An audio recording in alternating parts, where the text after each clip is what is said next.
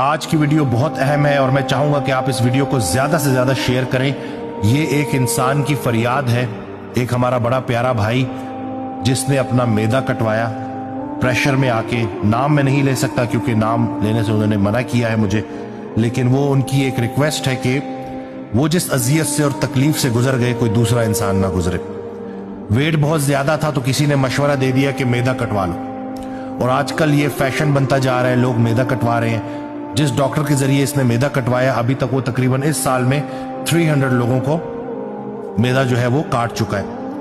اب وہ انسان جن تکالیف سے گزر رہا ہے اس کے اوپر میں آپ کو بتا دوں کہ وہ 2 لقمے کھاتا ہے تو الٹی کر دیتا ہے، زیادہ دیر کھڑا نہیں رہ سکتا، اس کے پورے مسلز گل گئے ہیں اور اس کے جسم میں طاقت ہی نہیں ہے۔ تو خدارا آپ لوگ جب اگر وزن زیادہ ہے تو اس کو ڈائٹ اور ایکسرسائز کے ذریعے مینج کریں۔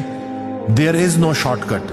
اور میں کیسے کوئی انسان تصور بھی کیسے کر سکتا ہے کہ اللہ کا دیا ہوا ایک آرگن اس کو وہ بیچ میں سے ہٹا دے صرف اس لیے کہ وہ اپنی بھوک پہ کنٹرول نہیں کر سکتا۔